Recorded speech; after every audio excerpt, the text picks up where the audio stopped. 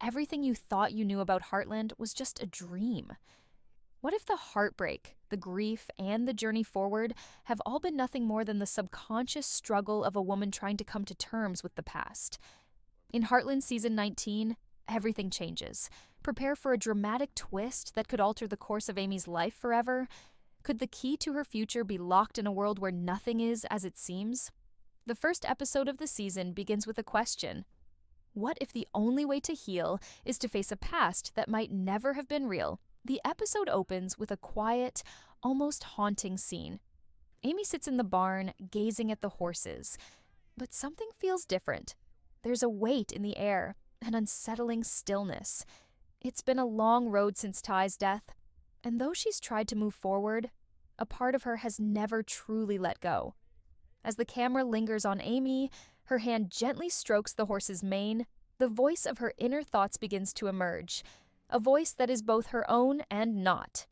What if everything I've been through, every choice I've made, has been part of something bigger than I can understand? The audience is pulled into Amy's confusion.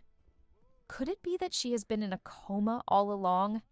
The theory that's been circulating in fan circles begins to feel eerily plausible. Amy has been fighting an emotional battle, but what if that battle has been taking place in a dream? Every challenge she's faced since Ty's passing, every moment of joy, every setback, has it all just been her mind's way of coping with the deepest grief she's ever known? The weight of this thought is crushing. For years, Amy has worked through her grief, raising Lindy and finding new ways to heal. She's learned to be strong, to keep going even when it felt impossible. But what if it was never really her strength at all? What if it was just her subconscious mind pushing her through a story that was never meant to happen? The weight of Ty's absence has shaped everything. Her actions, her thoughts, her feelings. But what if it's all been an illusion? A dream trying to make sense of a world that's too painful to live in? As the episode progresses, Amy finds herself questioning more than just the past. She's questioning her future. What will her life be like without the man she once thought would always be by her side? If she's dreaming, does that mean she can change the course of her reality? The lines between what's real and what's imagined begin to blur as Amy wrestles with the possibility that Ty's death may not have been the final chapter, but merely a painful stepping stone in a much larger, far more mysterious journey.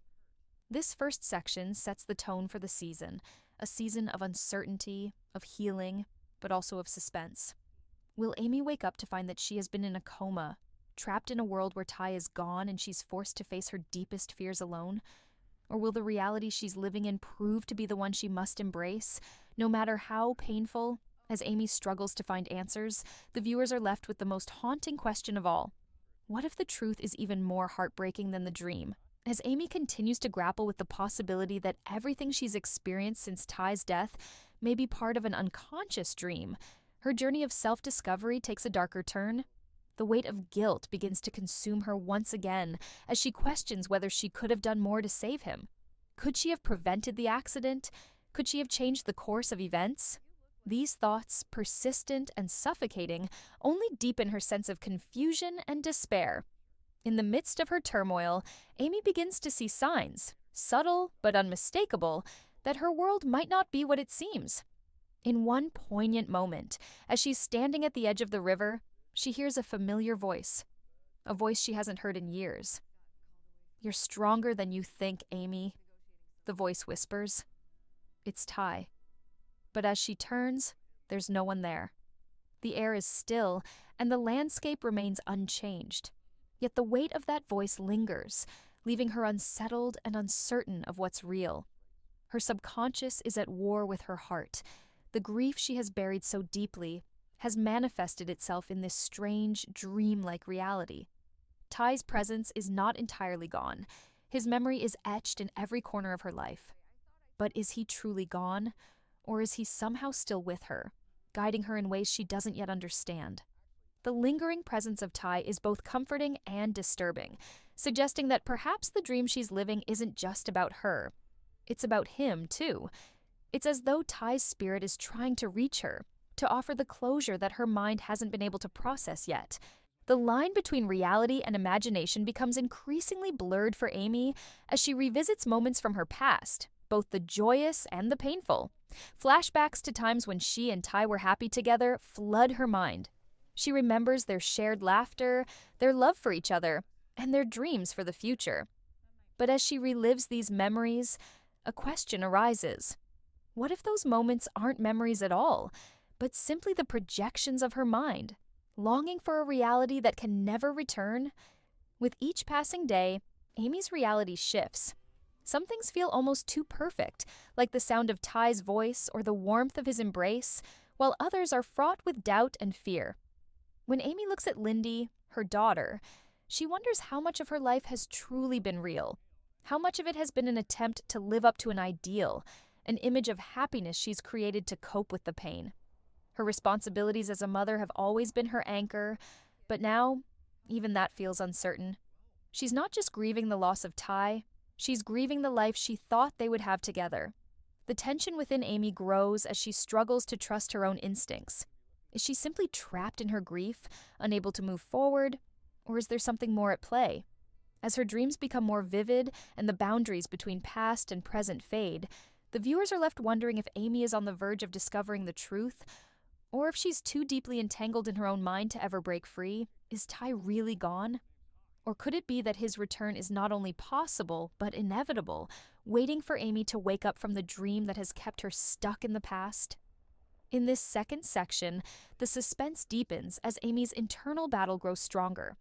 Each moment she spends questioning her reality pulls her further into a psychological labyrinth, where every corner hides a potential revelation or another painful memory. The mystery of what's real and what's imagined becomes the driving force of the season, forcing Amy to confront the possibility that healing isn't just about moving on. It might be about waking up to the truth, no matter how impossible it seems. The struggle within Amy intensifies as she begins to confront the full scale of her emotional and psychological turmoil. The past few seasons have taken a toll on her, testing her limits in ways she never imagined. But now, in the quiet stillness of her life at Heartland, a new sense of urgency emerges, a sense that she cannot escape what's been haunting her. It's not just about the grief of losing Ty, nor is it just the weight of raising Lindy alone. It's about a deeper, more profound struggle, understanding the world around her and the role she plays in it. He begins to question whether she's been living in a world dictated by fear and grief. For years, she has forced herself to push through the pain, to keep moving forward, always with the hope that one day the shadow of Ty's death would lift, and she could find peace. But as the days pass, it's becoming clear that peace may never come. If Ty's death has already happened, could it be that she is still stuck in the aftermath of it, trapped in an endless cycle of sorrow? And if that's true, how does she break free? As Amy faces this new reality, the presence of Ty continues to loom, though never fully tangible. It's as though he's always near her, his words in the breeze, his laugh in the distant echo of Heartland's past. But there's a deep sense that he's not really gone. Ty's spirit is woven into the fabric of Amy's thoughts, and no matter how hard she tries to push him away, there's something about his presence that offers a strange form of comfort. In the midst of her turmoil, Amy makes a decision.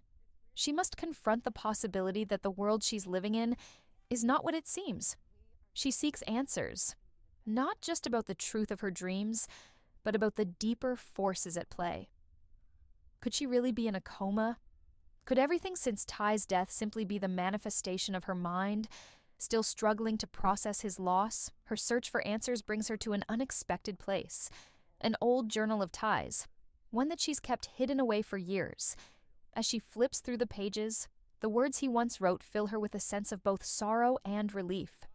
Ty's dreams, his hopes, his fears, all of them are there in his handwriting.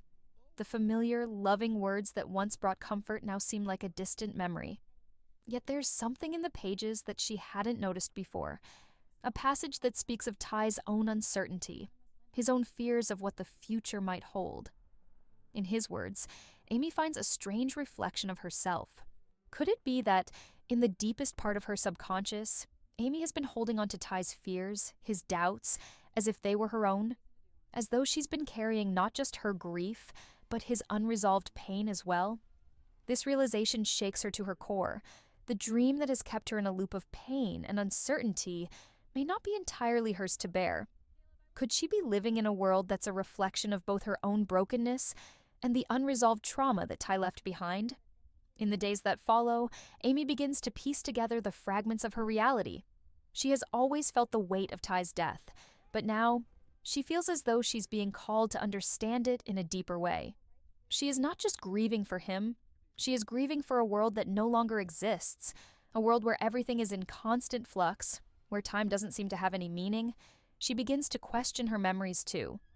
Are they real, or have they been altered by her grief? The moments she thought were so clear, the day she married Ty, the birth of Lindy, the quiet moments at Heartland, have they all been distorted in her mind, reshaped by the dream that she may not even be aware she's living? Meanwhile, the world around her continues to move forward. The people in Amy's life, Jack, Lou, Ty's family, have all tried to be there for her, in their own ways.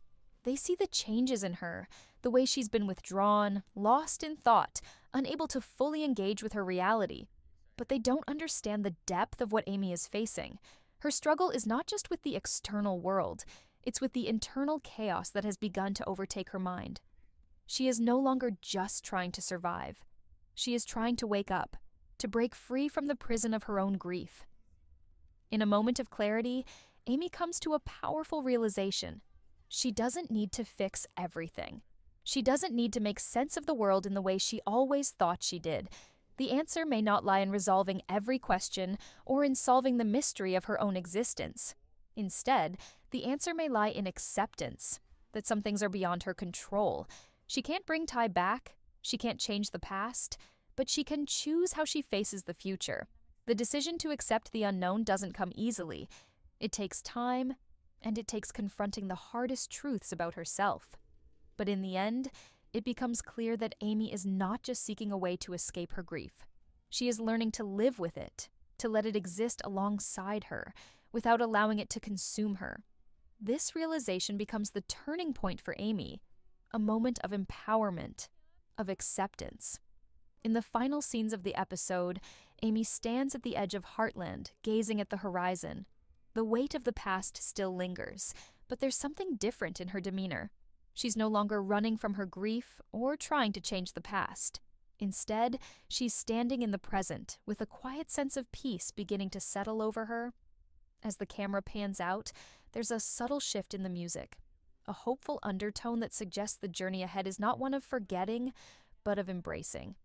Amy is learning to find strength in her vulnerability, to allow herself to heal without needing to erase the past. The dream, if it is a dream, may still hold her in its grip, but Amy has begun to awaken.